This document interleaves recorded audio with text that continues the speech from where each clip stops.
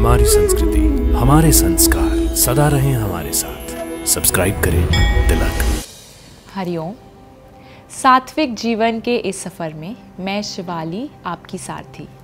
सूर्य को ब्रह्मांड का निर्माता और सभी जीवन का स्रोत माना जाता है। सूर्य की मान्यता हर धर्म और हर ऋतु में है।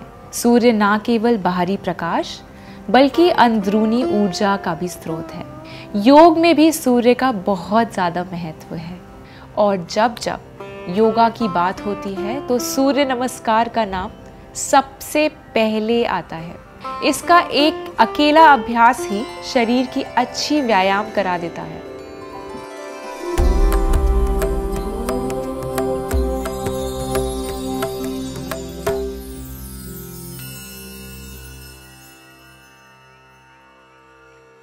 सूर्य नमस्कार, जिसे सूर्य को नमस्कार करने वाले आसनों के रूप में भी जाना जाता है, 12 योग मुद्राओं का एक समूह है। ये आसन सूर्य को श्रद्धांजलि अर्पित करने के लिए एक खास श्रेणी में किया जाता है। हर योगासन में अलग अलग मंत्रों का जाप किया जाता है, अर्थात सूर्य नमस्कार के 12 योगासन के लिए 12 मंत्रों का जाप किया जाता है। आइए एक एक करके इस 12 योगासन को जानते हैं। पहला, प्रणाम आसन। सूर्य नमस्कार का पहला मंत्र ओम मित्राय नमः।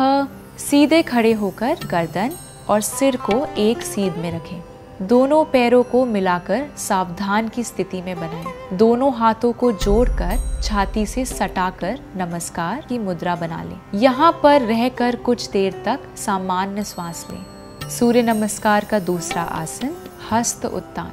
सूर्य नमस्कार का दूसरा मंत्र ओम रवये नमः। श्वास भरते हुए दोनों हाथों को सीधे ऊपर की ओर ले जाना है व जितना पीछे हो सके मुड़ने का प्रयास करना है। इस स्थिति में अपना ध्यान गर्दन के पीछे विशुद्धि चक्र की ओर लगाएं। ध्यान रखें इस स्थिति में श्वास को भरे रखें और उसे छोड़े नहीं। पाद हस्तासन। सूर्य नमस्कार का तीसरा मंत्र ओम सूर्याय नमः। हस्तोत्तान की मुद्रा से सीधे हस्तपादासन की मुद्रा में आना होता है। इसके लिए हाथों को ऊपर उठाते हुए आगे की ओर झुकने की कोशिश करें। ध्यान रहे कि इस दौरान सांसों को धीरे धीरे छोड़ना है। इस अवस्था में आने पर पैरों के घुटने मुड़े हुए ना हो। जितना हो सके उतना ही अपने हाथों को नीचे की ओर ले जाएं। इस स्थिति में आप अपना ध्यान नाभि के पीछे की ओर मणिपूरक चक्र की ओर लगाएं। अश्व संचालन। चौथा मंत्र ओम भान्वे नमः। हस्त पादासन से सीधे उठते हुए सांस लें और दाएं पैर को पीछे की ओर ले जाएं और बाएं पैर को घुटने से मोड़ते हुए छाती के दाहिने हिस्से से सटाएं। हाथों को जमीन पर पूरे पंजे को फैलाकर रखें। ध्यान रखें दोनों हाथों की कोहनी एकदम सीधी होनी चाहिए। इस स्थिति में आपको अपना ध्यान गर्दन के पीछे विशुद्धि चक्र पर लगाना है। सूर्य नमस्कार का 5वां आसन है दंडासन। ओम खगाय नमः। अब सांस छोड़ते हुए और बाएं पैर को पीछे की ओर ले जाएं। दोनों हाथों को पहले जैसे ही रखें और दोनों पैरों को सीधा कर लीजिए। इस स्थिति में आपका पूरा शरीर एकदम सीध में होना चाहिए, अर्थात पैर, हाथ या पीठ कुछ भी मुड़ा हुआ नहीं होना चाहिए। सूर्य नमस्कार का छठा आसन अष्टांग नमस्कार। ओम पुष्पे नमः। सबसे पहले सांस छोड़ दें और अपने दोनों पैरों के घुटने को भूमि पर टिका दें। शरीर को आगे की ओर ले जाते हुए अपनी छाती व ठुड्डी को भूमि पर टिकाएं। ध्यान रखें कि आपके कूल्हे ऊपर की ओर होने चाहिए। साथ ही कोहनियाँ आपके शरीर के समीप होनी चाहिए। आपके शरीर के कुल 8 अंग दोनों पैरों के पंजे, दोनों पैरों के घुटने, दोनों हथेलियाँ, छाती व ठोडी भूमि से स्पर्श करते हुए हैं। इसीलिए इस आसन को अष्टांग नमस्कार आसन कहा जाता है। 7वां आसन भुजंग आसन। ओम हिरण्यगर्भाय नमः। इस आसन में आपको श्वास भरते हुए अपने शरीर को आगे की ओर लेकर जाना है, जिसमें आपकी छाती ऊपर हो जाएगी कूल्हे नीचे हो जाएंगे, हाथों की कोहनियाँ एकदम सीधे होंगी तथा पैरों के पंजे बाहर की ओर होंगे। 8वां आसन पर्वतासन। ओम मरीचे नमः। अब सांस को बाहर छोड़ते हुए आसन में नितंब और पीठ को ऊपर की ओर ले जाकर छाती और सिर को झुकाते हुए दोनों हाथों के बीच में ले आए। आपके दोनों पैर नितंबों की सीध में होने चाहिए। ठोडी को छाती से छूने की कोशिश करें और पेट को जितना संभव हो अंदर खींचकर रखें। इस स्थिति में दोनों हाथ और पैर के तले भूमि पर एकदम सीधे, शरीर पर्वत के आकार में पूरा ऊपर, गर्दन झुकी हुई, आंखें नाभि या पेट को देखती हुई होनी चाहिए। 9वां आसन अश्व संचालन। ओम आदित्याय नमः। इस आसन को करते समय पुनः वायु को अंदर खींचें और दाएं पैर को सामने की ओर ले जाएं और दाएं पैर को घुटनों से मोड़ते हुए छाती के बाएं हिस्से से सटाएं। हाथों को जमीन पर पूरे पंजे को फैलाकर रखें। ध्यान रखें दोनों हाथों की कोहनी एकदम सीधी होनी चाहिए। 10वां आसन पादहस्तासन। ओम सावित्रे नमः।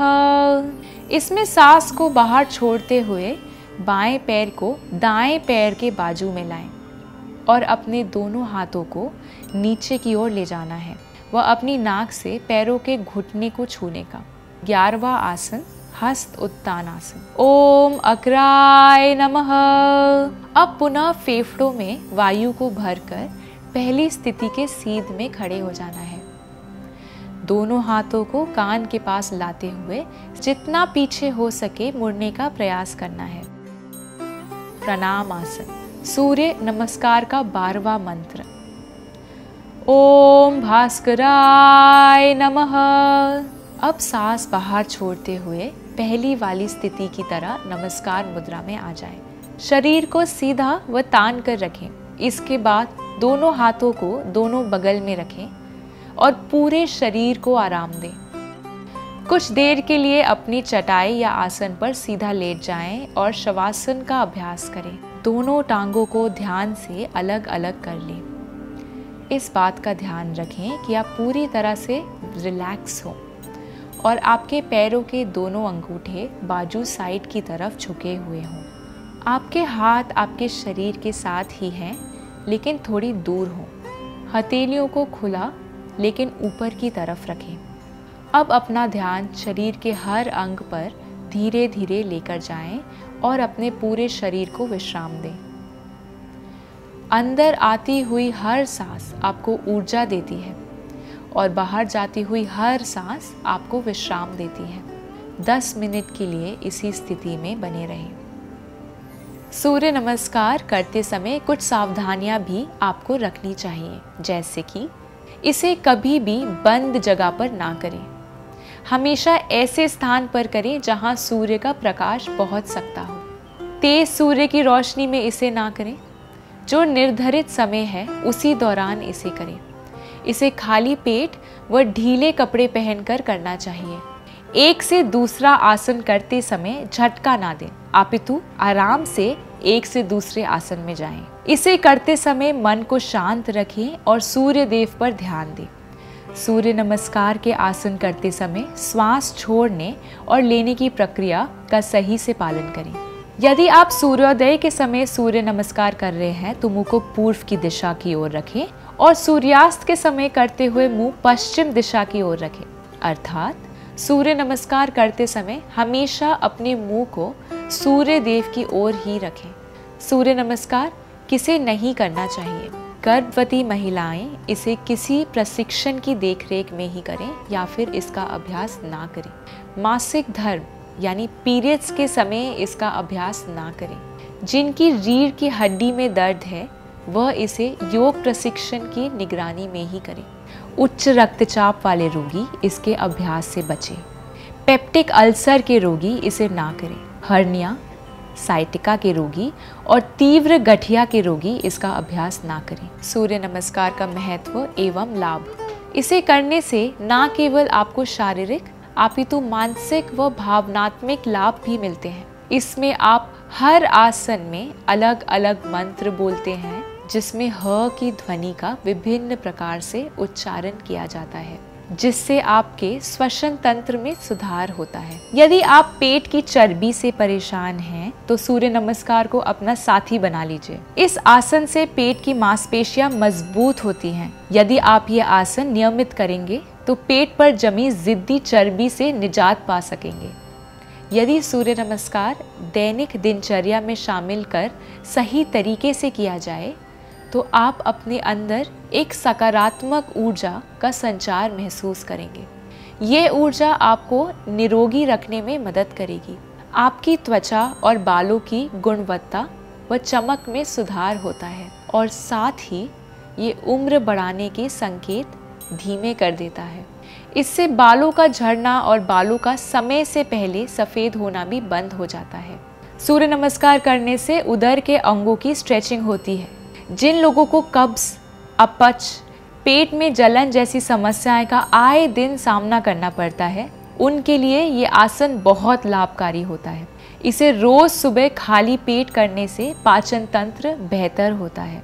आजकल बैठने का काम, सिटिंग वर्क की वजह से बढ़ते वजन की समस्या हर दूसरे व्यक्ति को परेशान करती है। ऐसे में यदि आप बढ़ते वजन पर काबू पाना चाहते हैं तो सूर्य नमस्कार करना आज से ही शुरू कर दें। इस आसन के दौरान सांस लेने और छोड़ने से फेफड़ों तक पर्याप्त मात्रा में ऑक्सीजन पहुंचती है, जो रक्त को शुद्ध करके शरीर के हानिकारक रसायनों और कार्बन डाइऑक्साइड को वातावरण में उत्सर्जित करने का भी काम करती है। इस प्रकार ये फेफड़ों की कार्यक्षमता को भी बढ़ाता है। इसे नियमित रूप से करने से मन शांत रहता है और तंत्रिका तंत्र नर्वस सिस्टम ठीक प्रकार से काम करता है। ये हमारे दिन प्रतिदिन के तनाव को भी कम करता है। इसे ठीक से करने से एकाग्रता बढ़ती है, साथ ही मन चिंता मुक्त होता है। सूर्य नमस्कार महिलाओं में मासिक धर्म की समस्या, अनियमितता को ठीक करने में भी मददगार साबित होती है। ये रीढ़ की हड्डी को मजबूती प्रदान करता है। सूर्य की रोशनी से शरीर में विटामिन डी की भी कमी पूरी होती है। ये मांसपेशियों को मजबूत कर शरीर की कार्यक्षमता भी बढ़ाता है। प्राथमिक सूर्य नमस्कार लाभों में से एक ये है कि ये पूरे शरीर को मजबूत करता है। ये अनियमित दिल की धड़कन को भी ठीक करता है। फेफड़ों की क्षमता में सुधार, ऑक्सीजन की आपूर्ति को उत्तेजित करता है और शरीर में सभी महत्वपूर्ण अंगों को नियंत्रित करता है। शरीर के यौन कार्यों में सुधार करता है। यौन ग्रंथियों के खराब होने से संबंधित किसी भी अतिरिक्त खामियों को मिटा देता है। तनावग्रस्त जोड़ों की समस्या कम कर देता है। दर्दनाक मांसपेशियों और जोड़ों को लुब्रिकेट करता है और उनके स्वस्थ कामकाज को बढ़ावा देता है। व्यक्ति के शरीर को मानसिक और शारीरिक संतुलन में सुधार करता है। स्वस्थ रहें, प्रसन्न रहें। आत्मा और परमात्मा के मिलन की इस सात्विक जीवन की यात्रा में हमारे संग चलें। दिव्य शक्ति की कृपा हम सब पर बनी रहे। हरिओम तत्सत।